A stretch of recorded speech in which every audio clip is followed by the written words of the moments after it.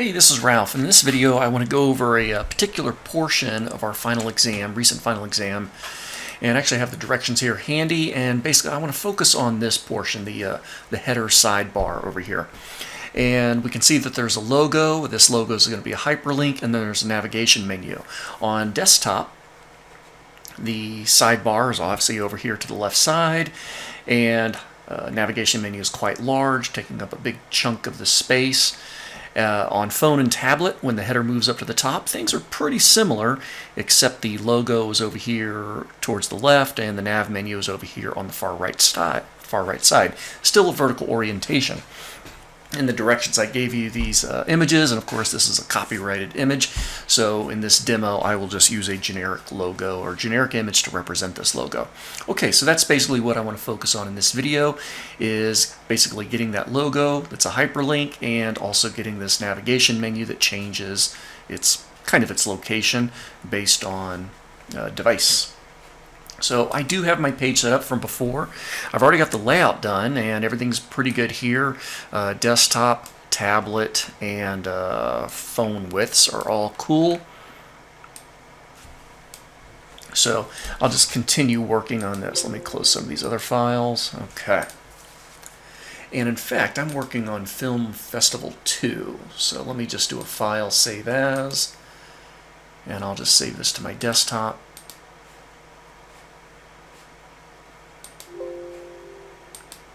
Okay, let's make sure I'm on the right file. Looks good.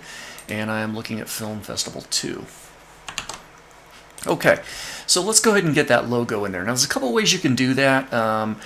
Probably, one straightforward way is obviously just to go to the header and insert an image, just using the good old-fashioned image tag. I'm going to do it a slightly different way, though.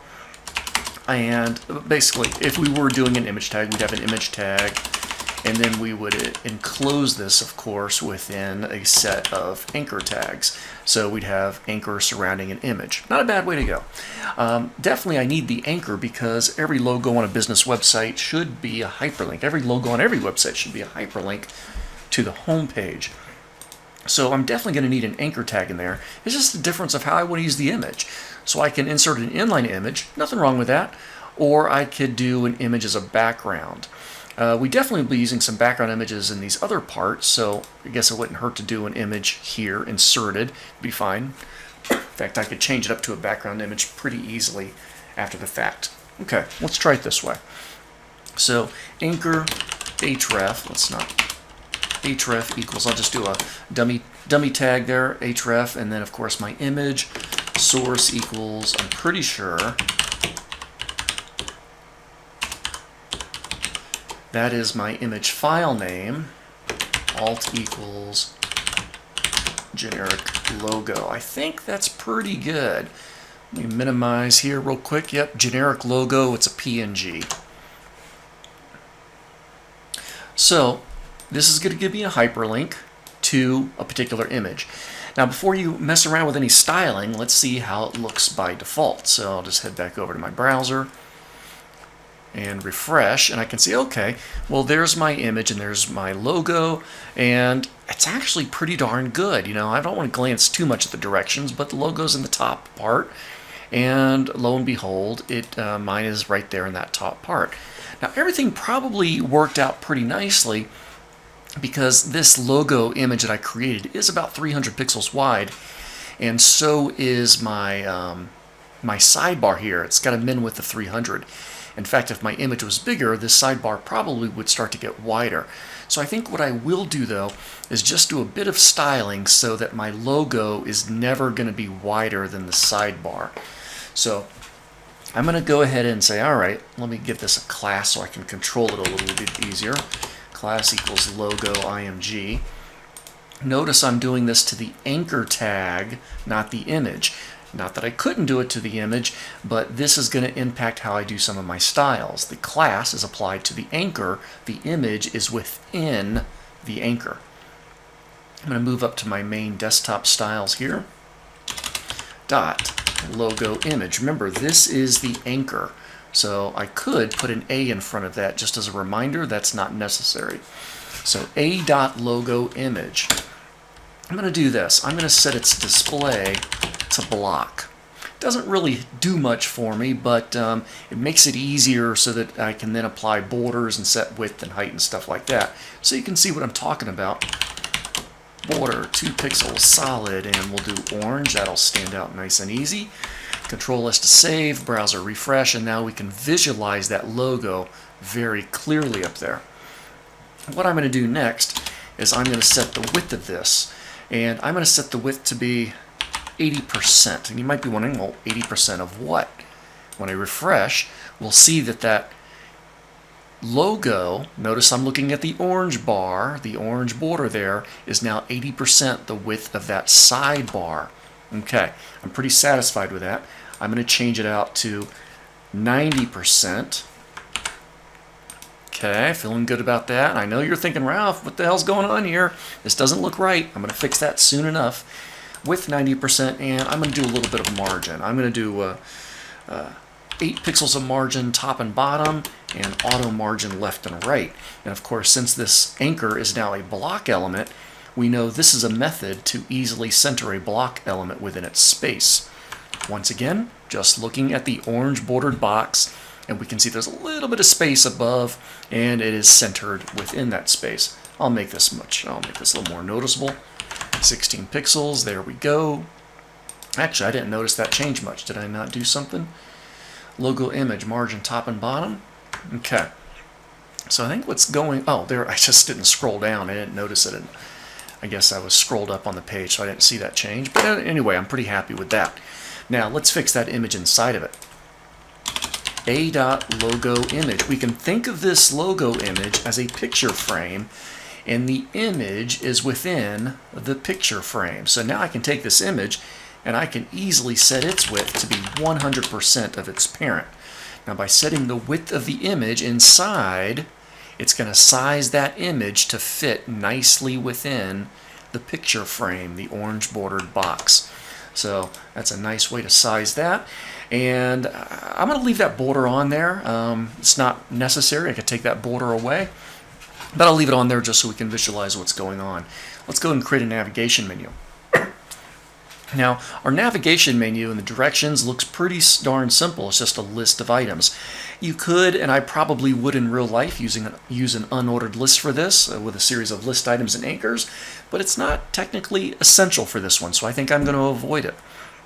Just to kind of simplify the HTML that I'm going to write. I don't think I told you in the directions that you had to use an unordered list, even though I do like that particular method. Large font, large logo. Nope, I don't tell you to use an unordered list, so you can do it in different ways. But I do see there's 1, 2, 3, 4, 5, 6 items, so let's go ahead and create that. I will take care of that in my HTML. So I'm going to scroll down to the HTML. I'm still in this header section, and I will create myself a nav area using a set of nav tags. And I'm going to go ahead and do a href. These can be dummy hyperlinks, not important.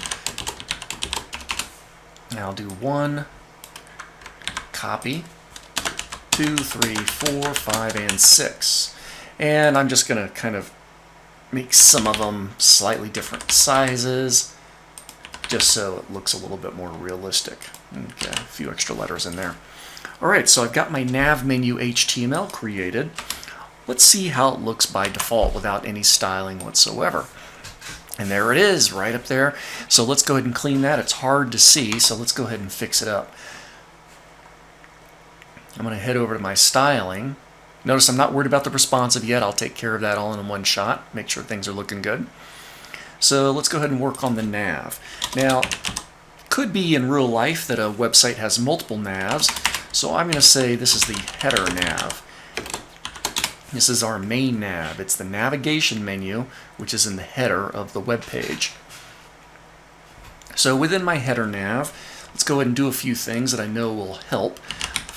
For one thing, I'm going to manipulate the anchor tag. So I'm going to leave this here for a moment. Let's do header nav anchors. I'm going to make these into block elements. Now by converting those anchors into blocks, it's going to take them from a side-by-side orientation to one on top of each other. So when I refresh, there we go, they're all one on top of the other. And then I can start to do a few other things to make them easier to see. So for instance, I can go ahead and set their font size to 1.5 ems. That may be too big. We'll find out soon enough. I'll go ahead and set their color to a nice light color. Text decoration, none. Font weight. Let's go ahead and boldify those. And what else do I want to do? How about a little margin bottom of 8 pixels? Let's see how that's looking. Oh, let's go ahead and do this because I know it's supposed to be text align right. Control S to save, browser refresh, and we say, okay, now things are looking a little bit more navigation menu-y. However, let's get the spacing set up. So I'm going to go ahead and not just do margin bottom of 8 pixels, but I'll also do a margin right of 16 pixels and see how things are going. I am satisfied enough with that, but I'm going to make them even bigger. Is 2M's going to be insanely big? It is, but I'm gonna live with it, and I'm also going to give even more margin bottom so that they're further apart. Now, I believe in the exam directions we also want to set a hover effect on these so that the underline shows up.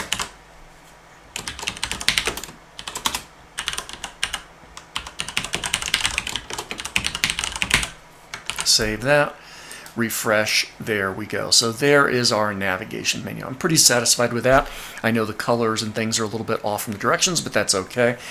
That takes care of how this nav menu is going to look in our desktop. However, when we transition into tablet, things need to change. So let's make sure, in fact, I'm just going to go ahead and grab, I know this is still blank, and that's probably okay that it's blank, but I'm going to grab all of these rules. Actually, I'm just going to grab these two. I'm going to grab my header nav, and I'm going to grab a few more. Let's see. I'm going to take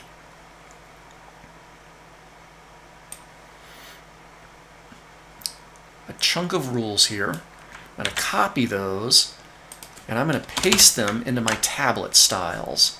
And I'm just going to take a moment to do a little indentation, but not that one, so that we can see what's going on. So I just copied exact CSS rules from my desktop styles over to my tablet styles. Most of these aren't going to stay here. The trick is we don't want to have unnecessary redundancy. So what I'm going to do is I'm going to look at the rules that I just copied over, and if they are going to be the exact same as the desktop, then I'm going to delete them. I only want to keep the stuff that's going to change. For instance, is my anchor still going to be a block element? Well, yeah, I think it is. So I don't need that to be part of my tablet rules, because my desktop rules are going to cover all of that. Do I still want that orange border? Yeah, sure, I'm going to keep it. So if I want to keep it, if I don't want to make any changes, then I remove that rule. Now this is going to change. I don't want my logo image to be 90% width anymore. In fact, I want it to have a max width of 50%. And just by doing that, that's going to make that logo image much smaller. I also don't want it to be centered anymore. I want it to be over towards the left. So instead of doing margin 16 pixels auto, I'm just going to do a margin of 16 pixels on all 4 sides. And since it's a block element, it's going to push it over to the left, and I still have 16 pixels of margin over there. I'm pretty happy with that. Now something else I could do is I could also apply a float left on here. Now by putting a float left on that anchor, it's going to have a pretty nice effect. We shouldn't see the logo really move much, but we should see the nav menu now move up to its side. Control S to save, browser refresh, and now that nav menu is right up there. So I'm pretty satisfied with that. Could have done some positioning on this too, but if that works for us, that's great. With the use of other techniques, we probably won't use float as much anymore, but there's still, it still has some great purposes. Okay, so I'm pretty satisfied with that. Now for my logo image, do I want it to be 100% of the anchor? Yeah, so if I don't need it, then I get rid of it. Okay, header nav. yeah, that's of course empty, not helpful. I'll delete that. Now for the anchors, what is going to stay the same? Remember, if it stays the same in my mobile styles here, then I'm going to get rid of it because it's already accounted for. If I'm changing it, then I keep it and I put in the change. My anchors are still going to be block, so I'll remove that. My font size, I do want to change that. Instead of 2 M's, I'm going to make them smaller, 1.25 M's. See how that looks? Good enough to me. The color is going to stay the same. The text decoration will stay the same. Font weight, well, that's going to stay the same. I'm going to adjust my margins a little bit. You know, instead of margin bottom and margin right, I'm going to change this out to margin top of 16 pixels and a margin bottom of 0 pixels. And I'm really just doing this so you can see something different. Margin right is not going to change, so I can get rid of that. Text align right is not going to change. I can get rid of that. Control S to save. Browser refresh. And now my navigation and menu is looking pretty darn good. Okay, I'm not going to go double check the directions. I don't want you to focus too much on that one. But I think I'm happy with how things are looking. So on tablet and on phone, I shouldn't have to make any changes for the phone. Notice my logo gets smaller because it has a max width of 50%. And there's my phone size. Now, of course, I'm only really worried on phone sizes about 375 pixels. Wasn't a big deal for this exam. But on phone size, that's the header. On tablet, there's the header. And then finally we get back to desktop, and sidebars over there, and nav menus over on the far left. All right, I'm going to call that good. So if I am looking at the directions, that kind of takes care of this particular portion of the final exam for the content portion of that. So I think I'll do another video for the middle chunk, which is going to be these those 6 boxes with some background images and some hover effects. Okay, talk to you in a bit.